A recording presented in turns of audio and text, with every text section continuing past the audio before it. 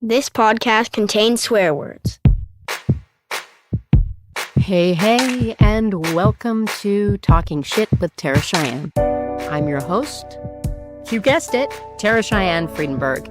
I am a performer, I'm a performance maker, I'm a writer, an educator, and a podcaster. Who knew?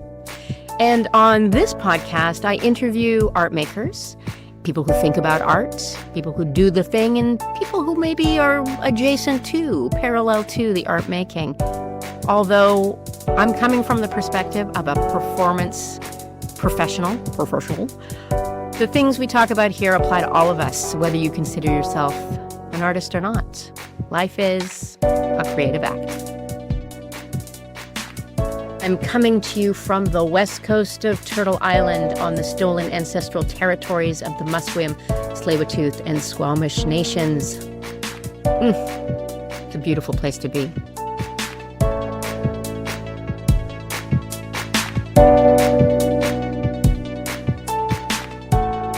Okay, before we kick it off, I just would like to remind you, as I always do, to please like, thumbs up, heart, I don't know. I don't really pay attention to the little symbologies. Share with your friends. If you do a review, that sort of thing, positive, it helps people find the podcast. So if they're looking for I need some inspiration, it'll maybe lead them to us. So that really does make a difference. And if you would like to donate, however small, however big, you can go to www.terracheyenne.com. That's our website. Go to the upper right-hand corner. Click that donate button. It'll take you right there. We'll also put the link to donate in the show notes.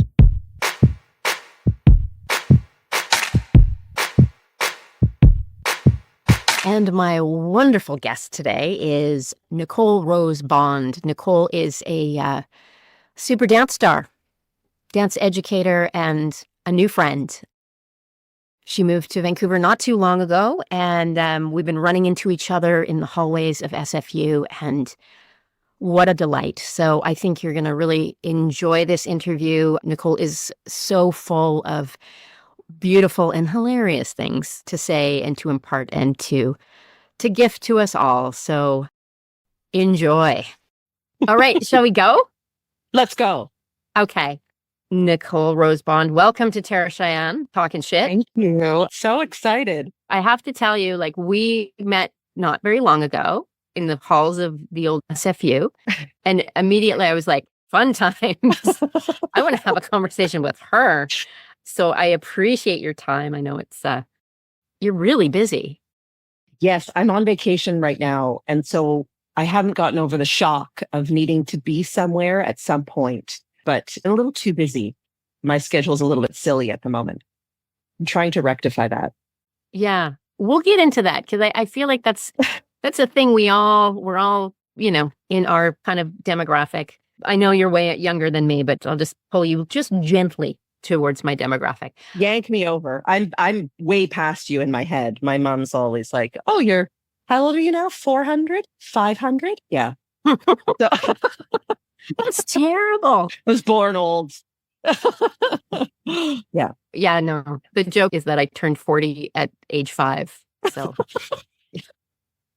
that tracks. That sounds about right. Yeah. This is why we get along so well. I know, right? It's beautiful. Yeah. It's beautiful. So a lot of our listeners, not all of them, we've got listeners all over the world. Cool.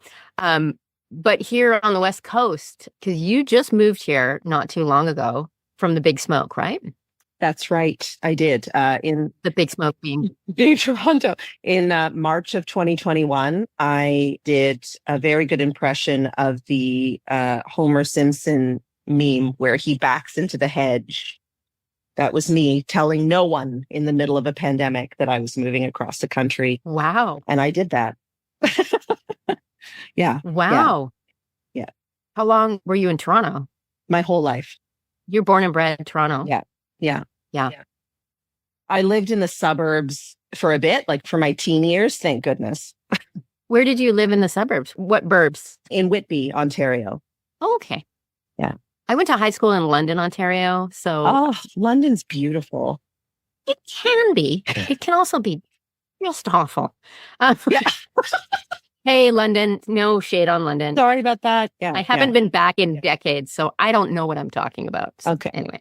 I have fond memories of visiting my friend Caitlin, who also lives in Vancouver now, of visiting her and her family in London and going to all of the shopping malls there and outdoor concerts and the beach. And so I have a very glowing and rose-colored glasses type of idea of London. As recreation to go in like the outdoor concerts. And yes, Yeah. that is, I mean, it's nice. It's nice. Yeah. Cole's notes, because I was just explaining to my partner, big star dancer. Nicole, big star dancer. Well, at least for a bit. Yeah. Yeah. Yeah. Yeah, I did all right. Yeah. Like when you tell people about your career, what are the top hits?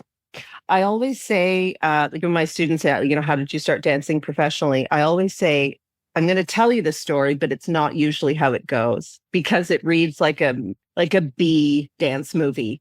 And so I really need to preface it to this isn't normally how it happens.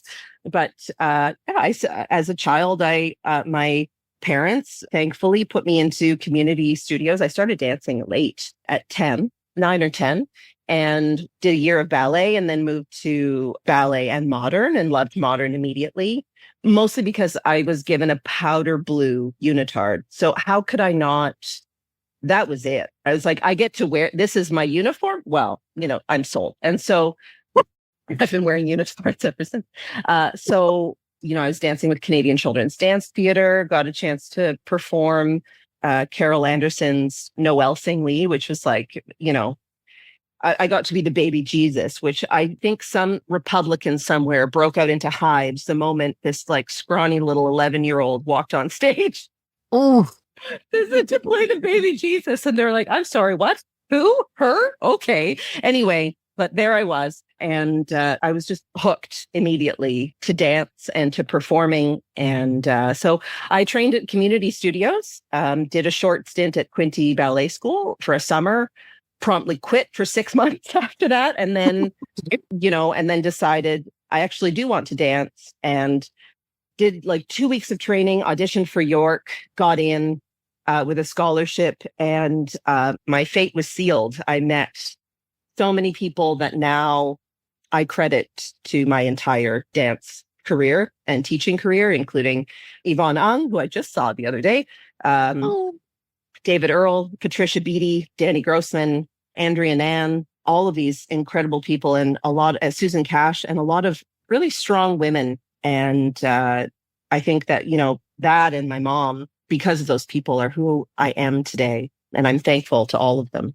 Sadly, some of them are not with us in body, but are definitely flying around me in spirit at all times. In fact, I can barely get a word in edgewise now. They're always sticking their oar in. All right, I'll say it. Yeah. you didn't mention the part where. Yeah. Yeah. Oh, and could you, you didn't say my name yet. Don't forget. And so I think it was a fait accompli that I became a teacher because I had so many people giving me so much knowledge. And I feel like a teacup that I'm trying to balance all the time that's over full. And so it's going to spill out anyway. And I might as well be paid to spill the teacup all over the place and have these lovely students soak it up. So I guess I skipped over the professional dancing part. I've danced with so many wonderful people. I've been very fortunate, but it ended up being, me slipping my resume under the door of Danny Grossman Dance Company's office because he was overlooking on a balcony that looked into a studio where I was demonstrating as a student for Donna Krasnow. So she said, Danny Grossman was asking about you, which is a great way to make any dance student stop breathing. Totally. Immediately. So, I handed my half-page resume under the door and he kept it. And then months later, when I was working as a receptionist for the Ministry of Natural Resources, received a phone call from Pam Grundy saying, we'd like you to come to an audition. And so I went to the audition. My employer gave me the day off. He asked if I needed the week off because his partner was a former ballet dancer. So he thought I had to make up variations and, the terrifying. Oh, yeah. The terrifying world that is a ballet audition world. It's like, no. I just need the day. And they took two women and one man. And I was one of the women. I couldn't believe, I thought they had made an error, but that was that. And so I ended up dancing with Danny for 2 years until his company folded. And then I worked with David Earle and Patricia Beatty for a while. And then I got a message from Christopher House on Facebook, like, do you want to come and work for me? I said, yes. After auditioning for him for 4 years and getting progressively worse. Like, oh no, final cut, second last cut, first cut again. And I thought, perhaps this isn't for me, but I actually needed to just go away and work on myself. And anyway, so then I was dancing with Toronto Dance Theatre. Then I got hired by Andrea Spaziani to do some work. I was commissioned by dance makers at the time. And then Peggy, who had been, circling me for a while, and we had never been able to actually work together.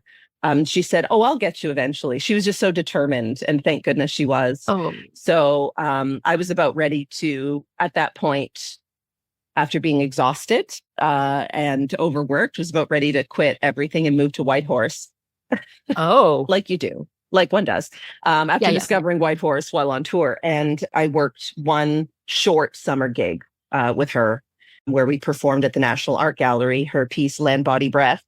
And I called my mom. She said, how was it after my first rehearsal? And I said, I can't move to Whitehorse because I have to work for Peggy Baker. And she was like, well, all right. And so that was it. So I worked for Peggy. Well, technically I still do. I mean, my name's still there. And if she asked me to do anything, I would do it. Yeah. Would you mind jumping off this cliff? Sure, Peggy. Sure, Peggy. Would you like me to do something with it? Yeah, I will murder that person for you. Yes. How do you want me to do it? I mean, a woman that could start a cult, but is too kind to do it. Thank goodness, because she really could. I know, right? She totally could. I'd be there with whatever robe, whatever ridiculous plate on my head. Give me the outfit. Yeah, I would do all the things. Yeah, shave my eyebrows. Sure. Whatever it is. Pay anything for you, Peggy. Anyway, and at that point, I was teaching at York, working for Peggy, just finished working for TDT, finishing up their tour, and I was completely exhausted and did my first international tour, came back and was talking to some friends of mine, including Sarita, and I was like, it would just be nice if the world stopped. And then I felt really bad when it did. Oh, you know what? You're not the only one. Justine and I have had this conversation, and there's other people. Okay. All right. It was like, oh shit, did I do that? I needed a fucking break. Yeah, it was a collective But then I didn't take the break. I panicked and worked, did stupid things. Well, I think I would have done the same thing if I didn't get chronically ill. Oh, well, that's so much better. Like, I think oh, honey, I think my illness was, yeah. If I didn't have, surgery twice and illness, and if it wasn't, and moving cross country. But it was that and Trisha's passing that really made me move.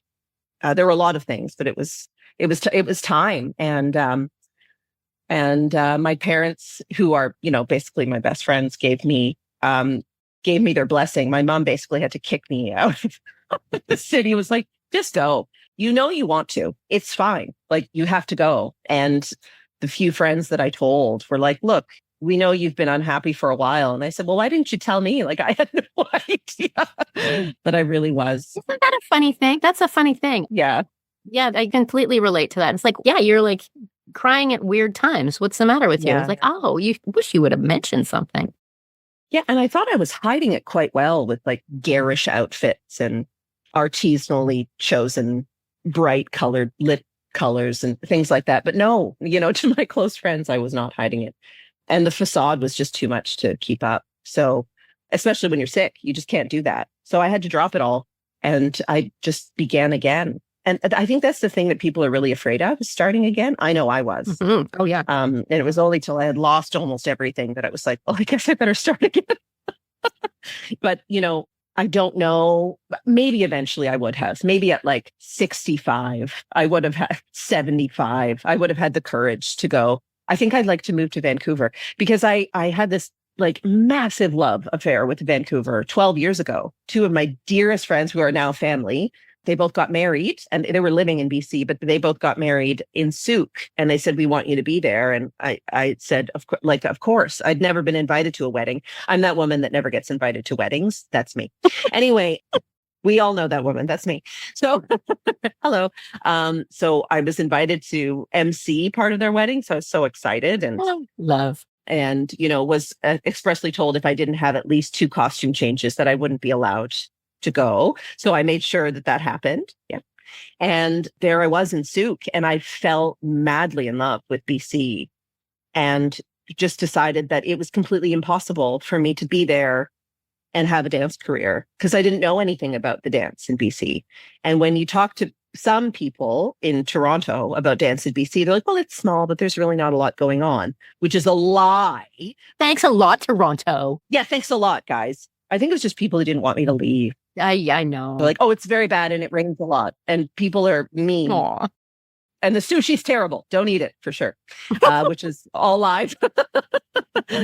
So I think, I just decided that, my career was just starting. I was just about to start dancing with TDT. And, I decided, well, I can't move. And, when you get something in your head, that's it. It's so true. Hey, it's so true. I was listening to a podcast. We were talking about mindset. Yeah. Growth mindset, all that jazz, which it's, it's easy to go, yeah, whatever. But it's really true. It's so true. Like the things we convince ourselves are just the way things are. And you can, trace them back to maybe like somebody told you something at some point. And it's so interesting. So at what point then something switched? And here you are. Something switched. And here I am. I remember sitting on my couch in the house that I got to live in with Danny and Trish, which is just a tragedy that wasn't made into a reality TV show, like living with 2 pioneers of Canadian dance. Wow. With large personalities and so much knowledge. The amount of things that I wrote down, it was a fraction of what I received. And luckily they bubble up. And if not, then they're both in my ear all the time. Especially when I'm teaching. Oh, right. Yes, I remember that thing. But I remember sitting on my couch. I lived up in the attic. So I was sitting up there and just imagining, where would I go? Where would I go right now if I could go anywhere? Because the moment someone tells you can't travel is the moment you want to do exactly that. Right. Even though I had just come back from Paris, like we were performing with the Netherlands Dance Festival, Who We Are in the Dark, Peggy Baker's Who We Are in the Dark. And then I went to Paris afterwards and just got in before the door slammed. Like, a bit of my pants got caught in the door. Like, you must stay in Canada. And so, wow, the word Vancouver came up and I was like, oh, really? Oh, like I was so shocked. Even though every time I've come here, I've just felt so wonderful and very much myself, but a part of myself that I didn't really know, that I hadn't met yet. That's so interesting. Or allowed myself to meet because I was afraid, that if I did meet her, that I'd be like, I have to leave. Anyway, so. Yeah. Well, moving is across the country. It's huge. That's huge. Yeah. And moving away from my family at a time when usually people my age are moving closer to their family. Yeah. So I felt I had a lot of, and still do have a lot of guilt about that. My grandparents are still alive. And, I worry about losing time. It's this tricky thing being a recovering people pleaser to make choices that are healthy for yourself. It's actually one of the hardest things to do. And I can see those elements in people that I love, people around me and in my students. And when I see it, I'm like, oh, don't do that thing. I know you're doing because I do it. Don't do that. I know. Don't. It's such a bad habit. Don't. But that's really tricky. But moving, it was definitely a case of survival for me. I could not have continued and I didn't want to dance anymore. I actually moved here because I thought there might be a potential that I would start dancing again. But I knew if I was going to stay in Toronto, I wouldn't dance anymore. I didn't want to dance anymore with the way the political climate was. I was not interested in being a part of a community where people were really determined to knock one another down. Right. And for whatever reasons they would put, that has been happening for so long, I think, with Canadian artists. And we have all these excuses, but I don't think there really is any excuse for not treating another human being as a human being. Right. If you're an adult, there's no excuse. And people really put a lot of excuses on that. And some of them are really important political issues that need to be talked about, but not treating another human being like a human being is inexcusable, especially when you're conscious of it. Yeah. Yeah. So I didn't want to be in the community. It was too painful. It was coming at a price to me because I realized I was going to have to make myself into a martyr if I stayed. And I had already done that for so much of my life. Yeah. Like sacrificed my own happiness for the happiness of others and my own comfort and my own health for other people. And I couldn't afford to do it anymore. And I didn't want to. I think that the main thing was that I didn't want to. And I think that was the start of my healing, which sounds, healing is like, oh, really beautiful and kumbaya. Healing is terrible. It is terrible. Yes. Yes. It's so nasty. Necessary, but yeah. Yeah. Did you find the whole people pleaser burnout very relatable? Like the moment of, oh, I can't just keep, siphoning off myself. Was there something that, I don't know, did you feel some sort of nurturing or something that kind of changed the trajectory for you? Like I can think of all these points where people said really knowing and smart things to me and I ignored them. Eat that. Wow, that's really good advice for someone else. And like including my physician, like people who maybe have an idea of what's going on. That they know what they're talking about. Oh, yeah. Those are the worst ones. They're the worst ones. It's just so annoying. So annoying. But there were so many little ones, but it was someone close to me when Danny wasn't doing well and when Trish wasn't doing well. She had breast cancer and it was hard living in a house with two older people who really needed care. And I'm a nurturing person, but I'm not maternal at all. I've accepted that and I'm really okay with that. Mm-hmm. And that takes a lot of acceptance from a female. Oh, yeah, yeah. There's a lot of pressure. To be like, I'm not maternal. And also, yeah, I'm not maternal. And I'm also not like the queen from Snow White. I love her outfit, but I'm not her. Like good outfit. Yeah. Actually, it was such a good outfit. Yeah. Like, don't make her so fierce if she's going to be a bad character. Like, I know she's so attractive. So attractive. She's really. A friend of mine said that the mirror in Snow White was like a, like the gay best friend, like the catty queen who was like, well, it was like, oh my gosh. I love it. He said, like, I am the mirror. That's who I identify. Oh, anyway, love. It's a good person. It was really hard being in that role and not feeling like I could get out and starting to feel resentment. And I can say that with love now after years of therapy. Yeah. That's really hard. And seeing my health decline before that happened, ignoring it, seeing it decline even further, and then getting to the point where it was like, I actually can't do this. And having a close person who knew all three of us say, you can't save them. Right. And I remember completely breaking down because I think there was a part of me that thought that I could. Yeah. Which is silly, but very true. And another good friend of mine said that, the best way to take care of someone who has a problem is to take care of yourself. Totally. I was like, it's very hard. Can I not do that? Like, is there a way to not do that? Oof. Is there an option to not? And there isn't, unfortunately. And so there is not an option. Yeah. And, Danny and Trish were at first reticent, but then really understanding and very supportive of me taking care of myself. And it wasn't until I got really ill that I realized how important it was. So that was the realization that I couldn't do it anymore, was when I was so sick and I had to get surgery for a separate issue and I could not do the things. Like I physically couldn't. And then realizing that I felt relief. Yeah. The body keeps the score. God, it's the truth. It so does. It's so annoying. Yeah. When the body says no. When the body says no. I've got it beside my bed right now, that book. And I think he needs to write a second one when the body says fuck no, because that's really. I agree. If you don't listen, you don't listen to the no. Yeah. You will listen to the fuck no. You know how I said no? How did you say no? Okay, this is your body. Yeah. Remember me. Remember when I said no? Yeah. So I ignored the whispers until the screams came, and then there was no hope.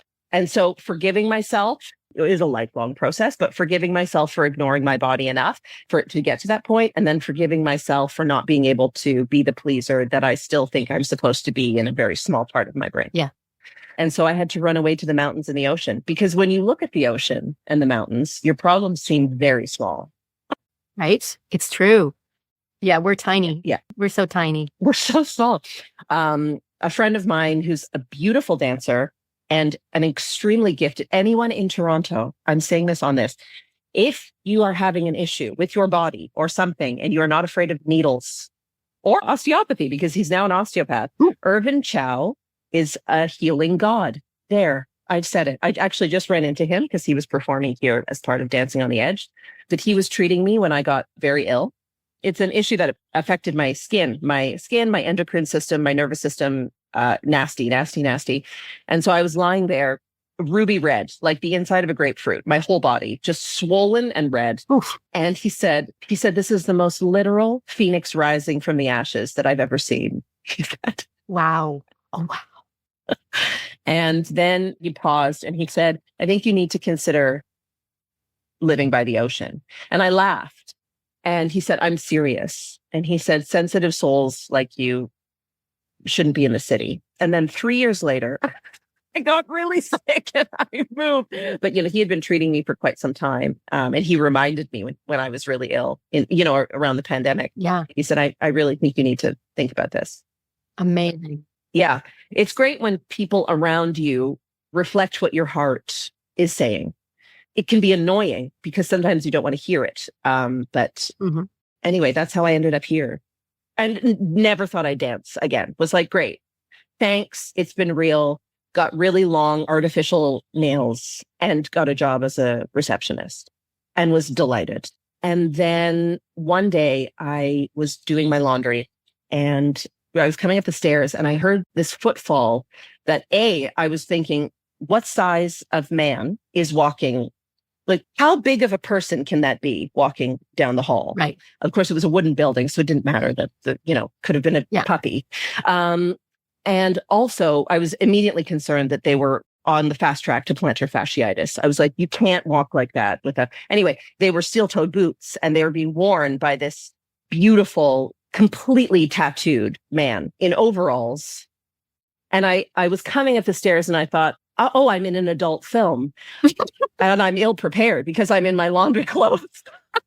I've walked up the stairs. I love that. The narrative turned. I love it. Okay, great. Into an adult film. Anyway, turns out he was my neighbor and we ran into each other 2 weeks later after 2 weeks of me looking through the peephole every time I heard someone speak Spanish because he's Mexican, to the annoyance of my roommate at the time. She's like, just go talk to him. He's down the hall. And I said, I cannot do that.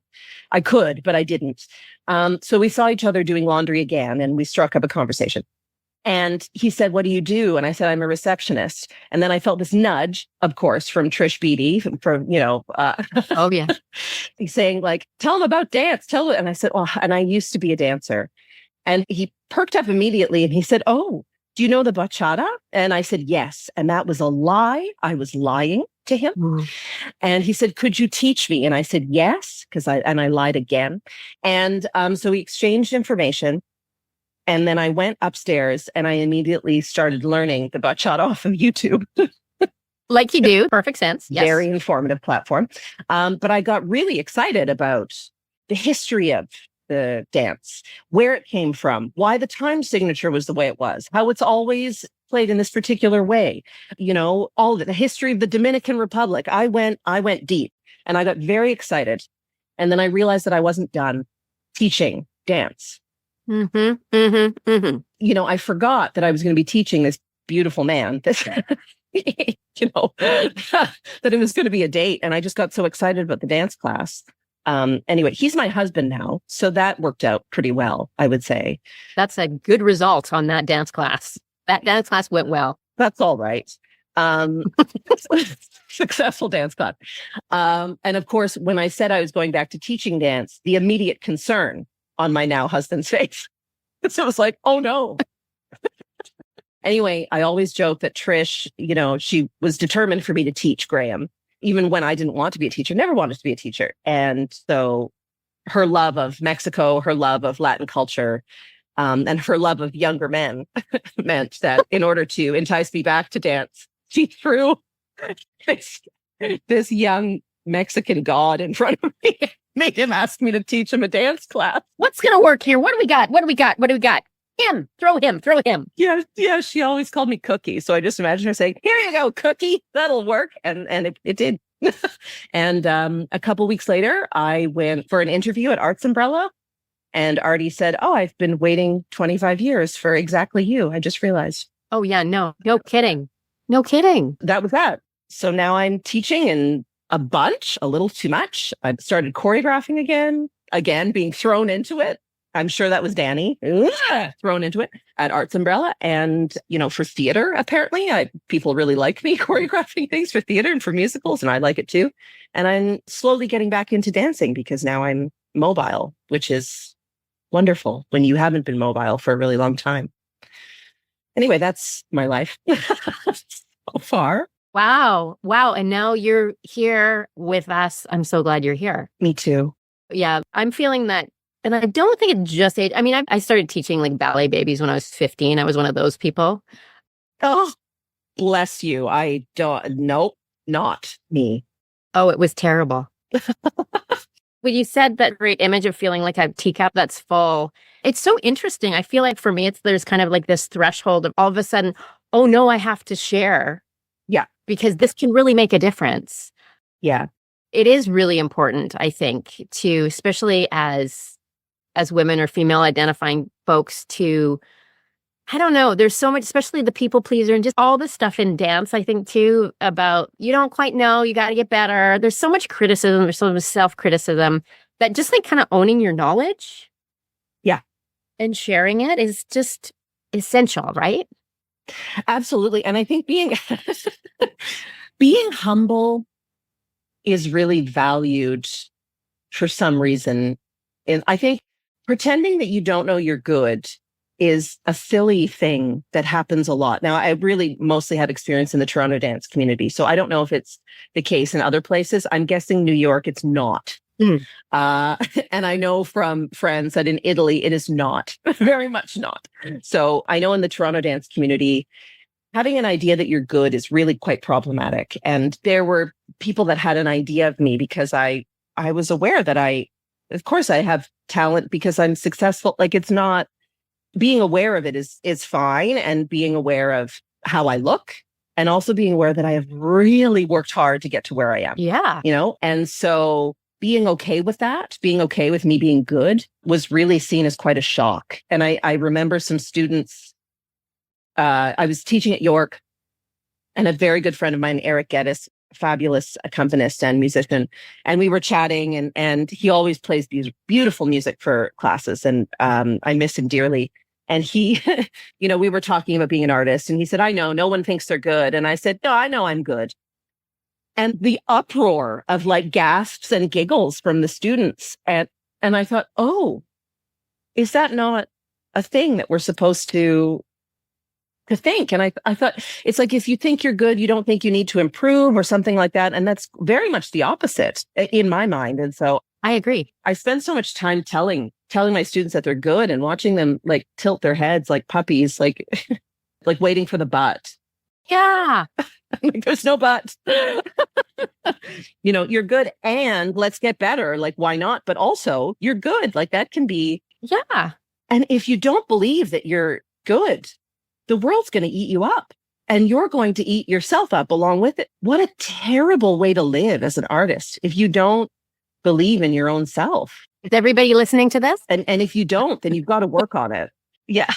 You have to. I remember Margie Gillis, she's so incredible. And she said, basically everything that comes out of her mouth is an inspirational quote that could be put on it's, like a lovely seascape background. Yeah. With a delicate font. But she said, I'm going to say this right now. She was so frustrated. She said, you don't have to be depressed to be a successful artist. You don't have to be miserable. And we were all just shocked. Right? Some 20-year-old being like, wait, I don't have to be heartbroken all the time, which really changed who I dated. No, it didn't. Oh, yeah. It didn't. It didn't actually. Mm-hmm. But you know what I mean? Like, oh, I don't have to be heartbroken to write beautiful poetry and things, which is not true, because I've read poetry when I'm deeply in love and it's not good. So in that case, for me, I need to be heartbroken to write good poetry. But in terms of dance and in terms of creating, no, you don't have to be. Like, what a change. in my mindset. Huge. It's like we've all been sold a bill of goods, really, that you have to be like suffering. You have to be like, oh, Starving. little old me. Oh, no, I'm not. Oh, all that's, especially female identifying. I'm just going to say, like, Oh, absolutely. it is. What does Oprah say? You're supposed to be good, not great. Oh, gosh. Doesn't that make me want to throw a chair?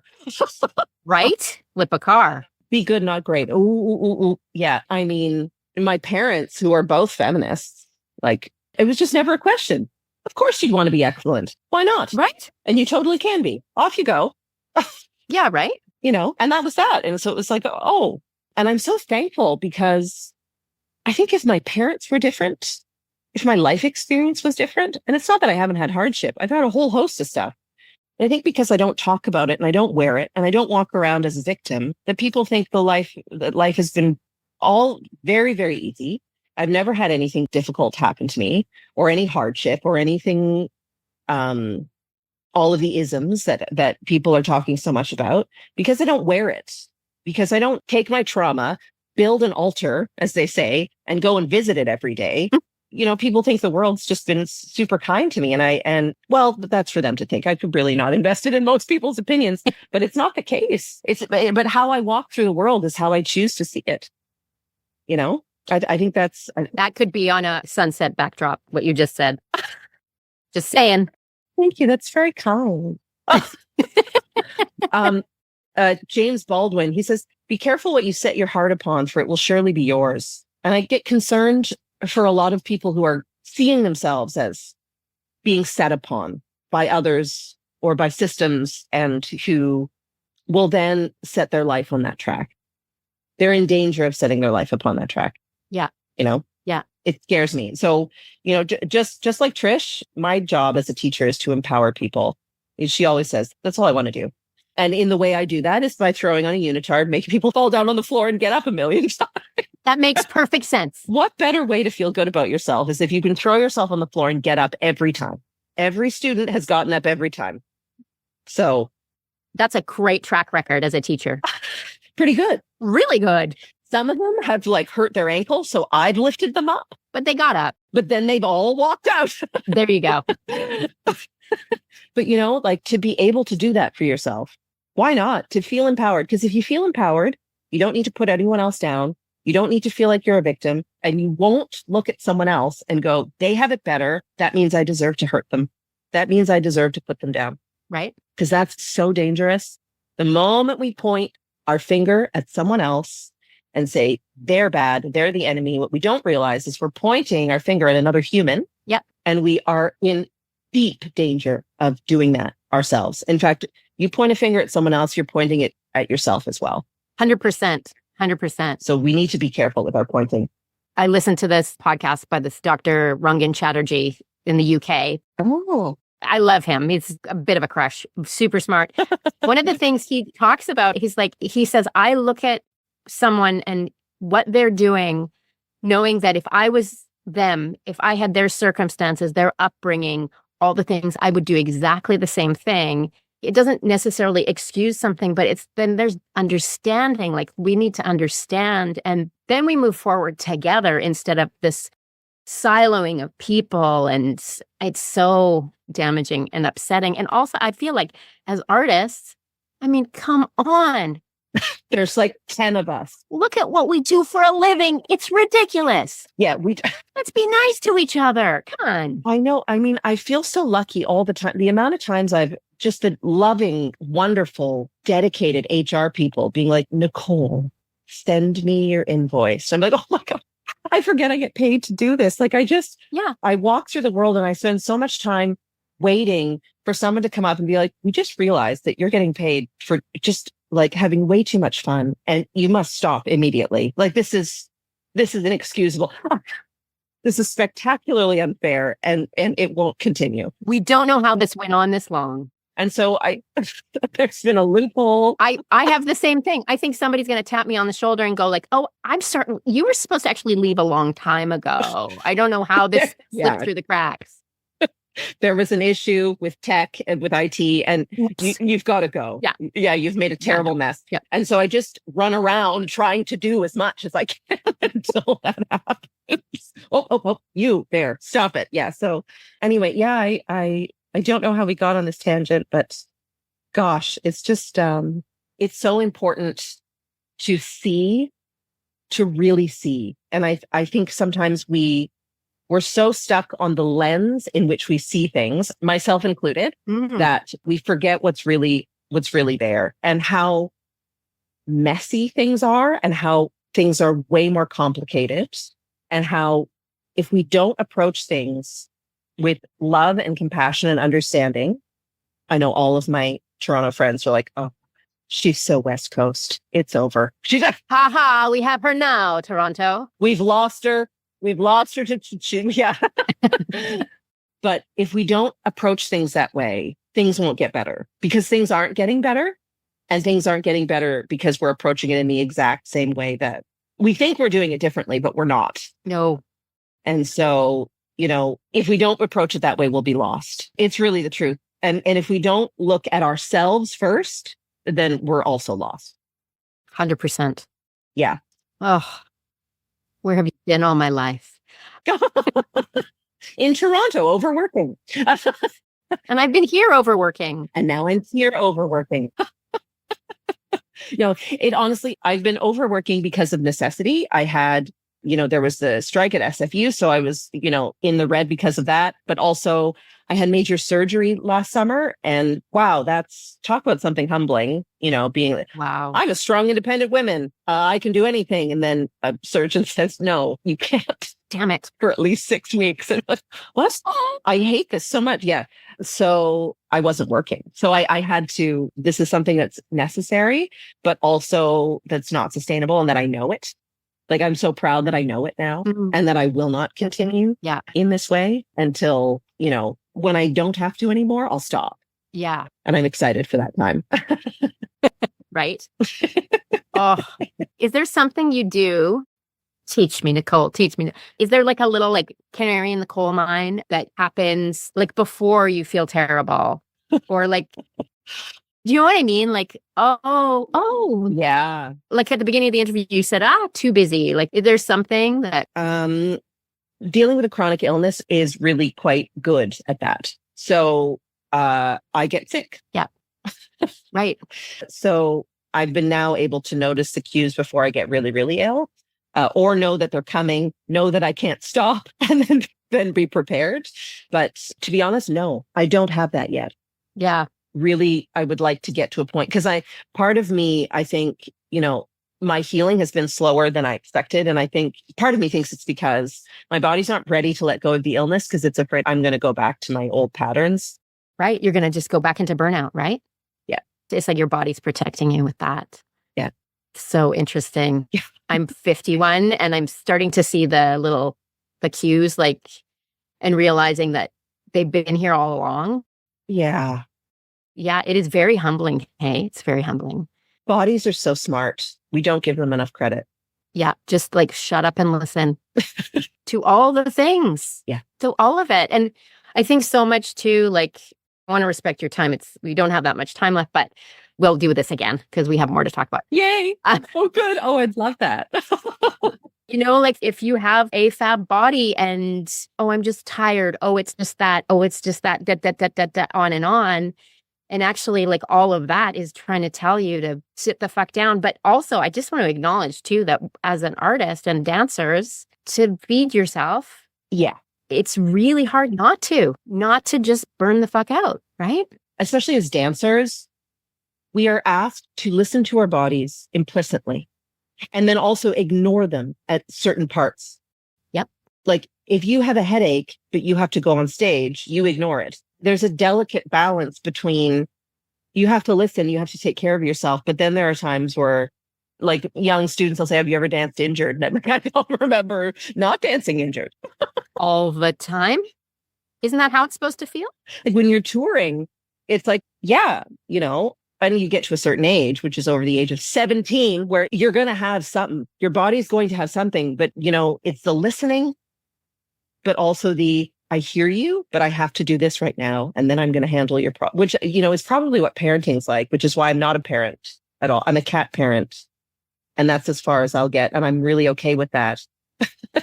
Well, I have deep respect for teaching young people. Yeah. And a lot of young people. Yeah. I can handle young adults. I teach young adults, love them. Yes. Love that time. Teaching children, oh, bless. No. 12 is my limit. And these are very mature 12-year-olds. Like they really, very smart. Because they're dancers. Really, we're like hungry to learn, everything like that. But the teeny tinies, I cannot. They're so cute to look at in their little tutus. And they're so cute. They're just adorable. Like recital, I'm just a mess. But the ovaries don't move. They're very quiet. I had a friend. They don't want one. Yeah, I had a friend who she never wanted children, and her description of the sensation was her ovaries going and turning to dust. Just when she saw little kids, like, oh, so cute, and dust. Nothing. No.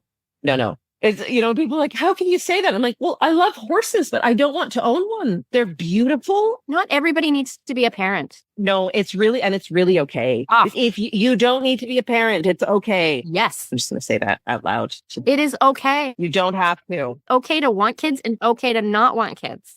Yep. And I wanted kids until I was 35. And then something happened and nope. There you go. And the beautiful thing is you don't miss what you don't know. Yeah. So, like I look at people with more than one, like with 2 kids, and there's a little bit of something in me like, oh, I did forget to have a second child, but I don't know what it's like. So yeah, it's okay. I did speak to a friend of mine who has 2 now, and she said 1 was totally doable. 2, however. I've heard that. I heard that a lot. Yeah.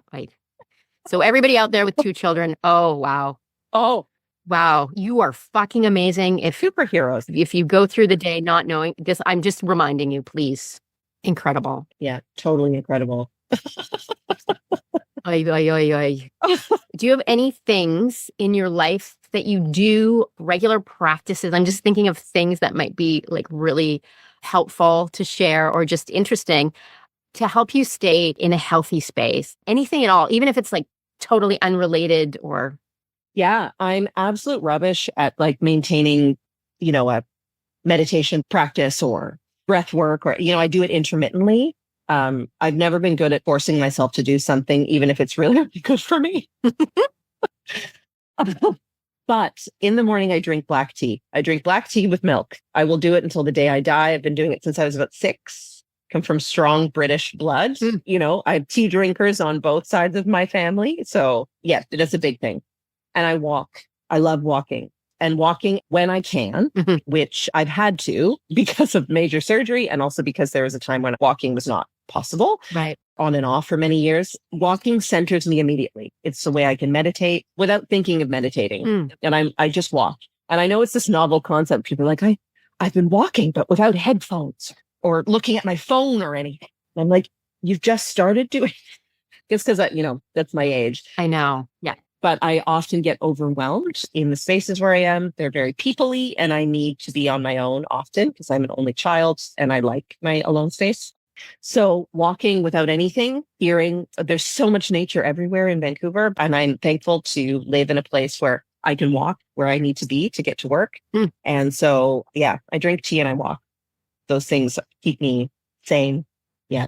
Those are 2 fantastic things. And I think they're like profound. They're kind of profound things, right? Like the hot liquid that also connects you to childhood, to people, to places. I mean, it's so important. Yeah. Just to smell it and just pay attention. I'm thinking a lot about attention these days, and I drive everybody crazy with the like, put your phone down, take your earphones out, just like be. Yeah. But to walk, like to experience what's going on, because that's part of, I think, why we're getting away from each other. Yeah. Like we're really not tuned in. We're not hearing, like on the bus, you like say, oh, sorry, excuse me. And then, oh, you've got headphones on. You can't even hear me say, excuse me.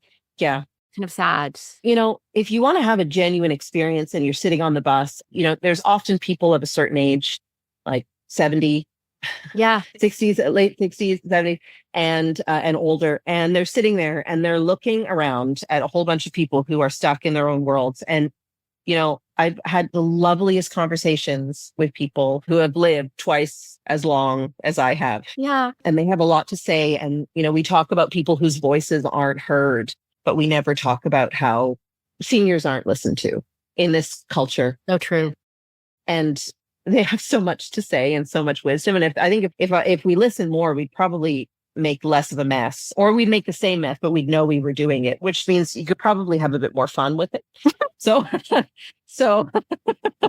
Right. Like know better, but do it anyway. Like, isn't that fun? I've realized that at 41, like I shouldn't be doing this. Oh, yeah, that's a good one. But I'm going to, and I'm really gonna. So, listening, I think just taking time listening to people who don't look like you and are from different walks of life and who are older than you is a really good practice. Totally. Also, they're not on their phones if you want someone to talk to.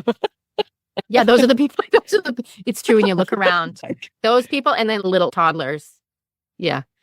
Oh, and kids have so many great things to say. They do. Oh, holy shit. Oh, it's very true. All these people, all these things around us that can, facilitate this connectedness we're all just like super hungry for, which is why we make art. We're so lonely. Yeah. Yeah. Yeah. And which is why I have dances where I'm like, could you all hug? Let's all do everyone hugs in a group. Oh, yeah. We need to find a way to look like we're hugging. It's always the dances that I relate to where people are in contact or looking at one another. Oh, yeah. Like it's so, like, oh my gosh. Right? So intimate. Oh, looking at each other. Yeah. Just looking at each other. It's so intimate. Oh, should I be seeing this? See my soul. Ooh. I feel naked. Right? Wonderful. More of that. Yes, more of that, please. All right, just to wrap things up, is there anything you wish I would have asked but I didn't ask? Or anything you'd like to share before we sign off? I think what I'd like to say is going back to what I said before about starting again and being willing to surprise yourself. We think we know who we are, but unless you really listen, you don't know. And that's the scary part, because when you listen to who you really are, it might not be who you think or who you thought all along. And this can happen all through one's life. So have the courage to listen and have the courage to be willing to start again, because magic can happen from there. Oof. On a sunset backdrop in beautiful cursive. Can I add that you're also always changing? Yeah. As you said, keep coming back to it. Mm-hmm. Oh, yeah. I'm full of shit half the time. Like, wait a minute, maybe, what if I'm wrong? I love that one. What if I'm wrong? Yeah, it's true. I mean, without going into too much detail because it's gory, that I have literally shed my skin like a snake over and over again, like almost daily, sometimes several times a day for a number of years. So to pretend that I'm the same person that I was even a month ago is a lie. Like even my cells are different. Yes, being open to change, being open to changing, which is very hard right now. It is, but it's the only constant. It's the only constant. Yeah, that's the truth. Change, death, and taxes. Isn't that what? The only thing you can count on is death and taxes. It's from some old Western, I think. Yeah, I put that line in a show once. A show about death. So, but I think, change is the other one that got missed, obviously, in that old Western. Sure. And what is death but like change? Exactly. It's just a metamorphosis. Yeah. Transition. Ooh, this has been so fun, Nicole. Thank you so much. Thank you, Tara. What a great time. We'll have to do it again. Great. Because there's so much Yeah. to talk to you about. Love it. All right. Until the next time. Thank you again.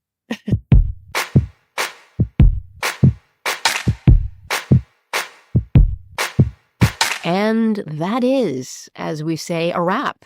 Thank you so much, Nicole, for that fantastic shit talking. That's high quality shit. We'll have you on the podcast again. No doubt. No doubt. And thank you, listeners, for being with us. And I look forward to our next interaction. Please feel free to get in touch.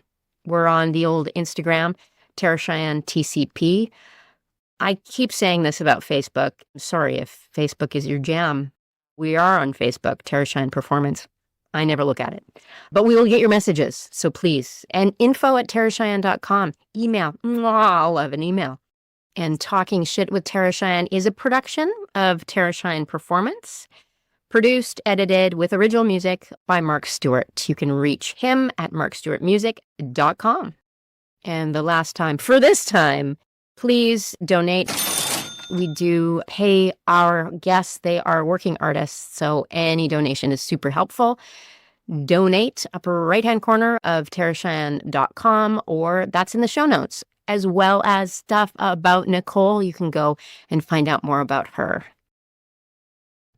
And the quotation, because it's proper to say quotation as opposed to quote, but it doesn't matter because we know what we're talking about. Anyway, the quote I'm going to leave you with today is from polymath and writer Johann Wolfgang von Goethe on dealing with critics. Against criticism, we can neither protect nor defend ourselves. We must act in spite of it, and gradually it resigns itself to this. Chew on that one, but mostly just keep making shit up and be well, take care of yourselves. I'm recording this in the summer. It's hot. Stay hydrated.